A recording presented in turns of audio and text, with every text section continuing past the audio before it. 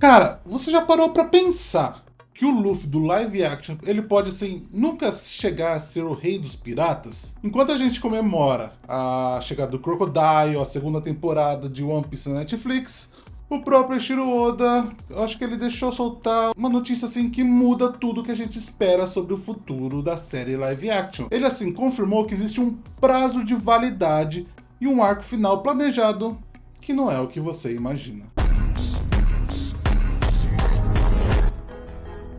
Sejam bem-vindos, Esteves aqui. Se você é fã de One Piece e sabe que a obra original é um monstro de mais de 100 capítulos, e contando, aliás, eu preciso comprar o volume 37. E a gente sempre sonhou em ver tudo isso em live action, né? Assim, do East Blue ao Gear 5 em um ano, mas a realidade é mais triste do que a gente imagina.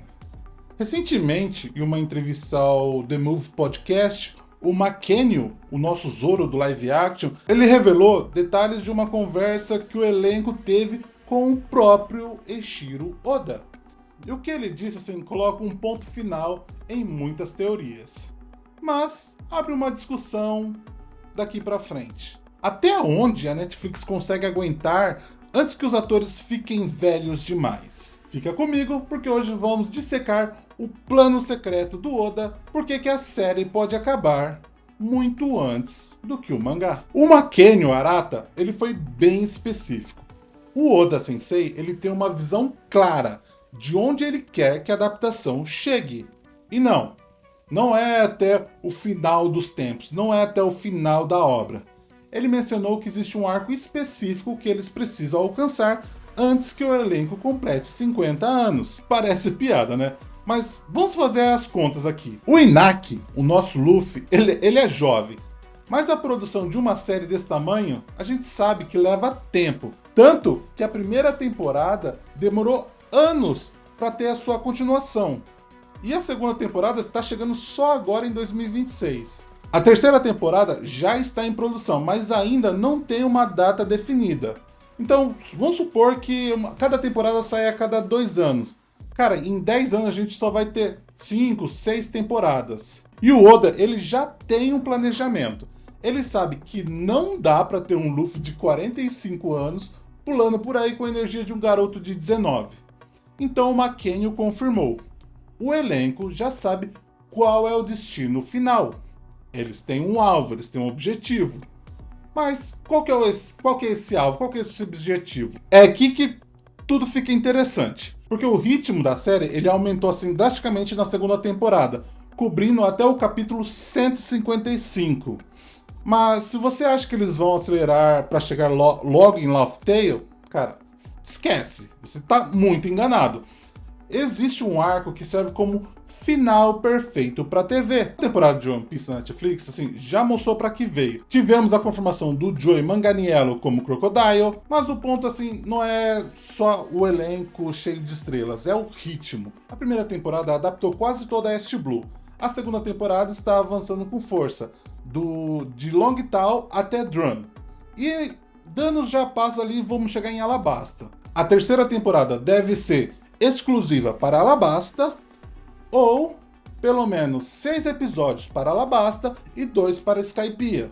O problema é, One Piece ele cresce exponencial. Depois do time skip, os arcos eles ficam gigantescos. Dressrosa sozinho levaria pelo menos 2 temporadas se fosse feito com qualidade. O ano?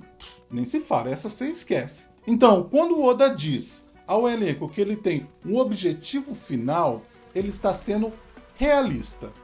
Ele está escolhendo a melhor história para ser contada no formato de série antes que a logística se torne impossível.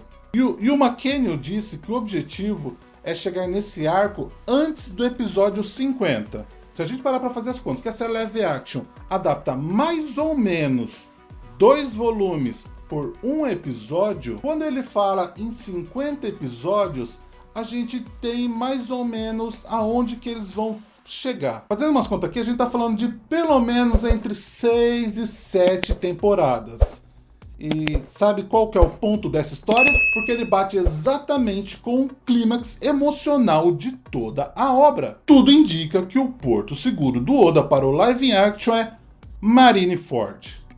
Pensa comigo, Marineford ele é o ápice da primeira parte de One Piece. É onde todos os fios se cruzam, temos os almirantes, os imperadores, o Barba Branca, o resgate do Ace, assim, é o evento mais cinematográfico da história de One Piece. E se a série terminar e Marineford ele entrega um final épico, o Luffy entende que ele precisa ficar mais forte, a tripulação separa com a promessa de se reencontrar, e temos a famosa frase, One Piece ele é real. Então, terminar ali deixaria a série com status de obra completa, sem os riscos de cair na qualidade de tentar adaptar arcos bizarramente longos como os do Novo Mundo. Além disso, Marineford resolve o problema da idade, porque se eles param ali, eles não precisam lidar com o salto temporal de 2 anos, o time skip, na vida real, porque onde os autores poderiam envelhecer muito mais do que os personagens. É uma saída que eu acho justa e ele vai manter o hype no topo. O McKinney foi cuidadoso para não dar nenhum spoiler, mas ele deixou claro que o elenco está focado nesse arco específico. E convenhamos, sejamos sinceros aqui, não existe arco mais impactante para uma jornada de alto orçamento que a Guerra dos Melhores. Mas aí vamos parar para pensar aqui. Chegamos em Marineford. E se a série continuar esse sucesso absurdo que a Netflix não queira parar? Aí a gente tem um problema.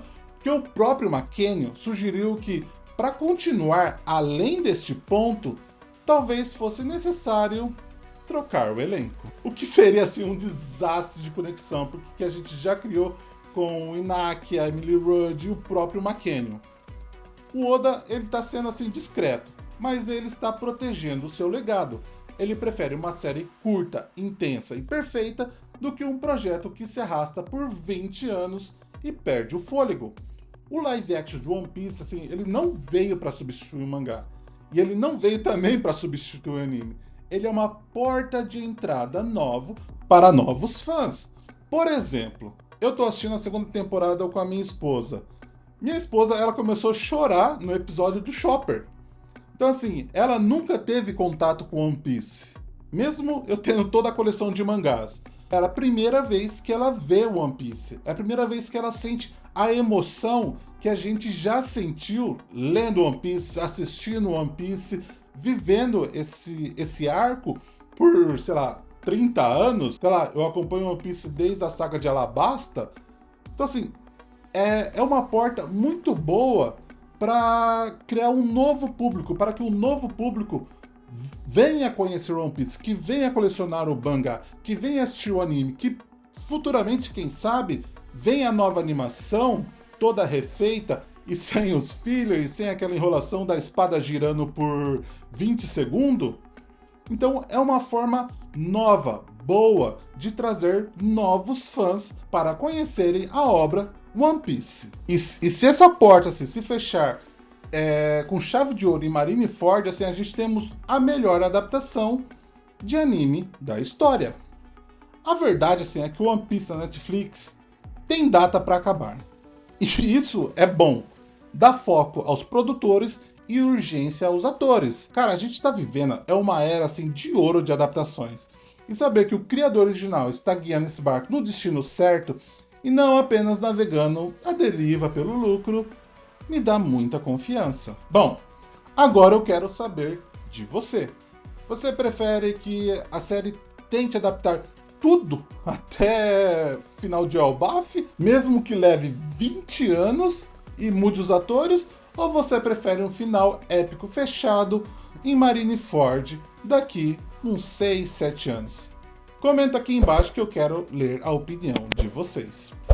E não se esqueça, se você gostou do vídeo, deixe o like, se inscreva no canal, porque a sua inscrição nos ajuda a crescer aqui na plataforma. Eu vou ficando por aqui. Tchau, tchau.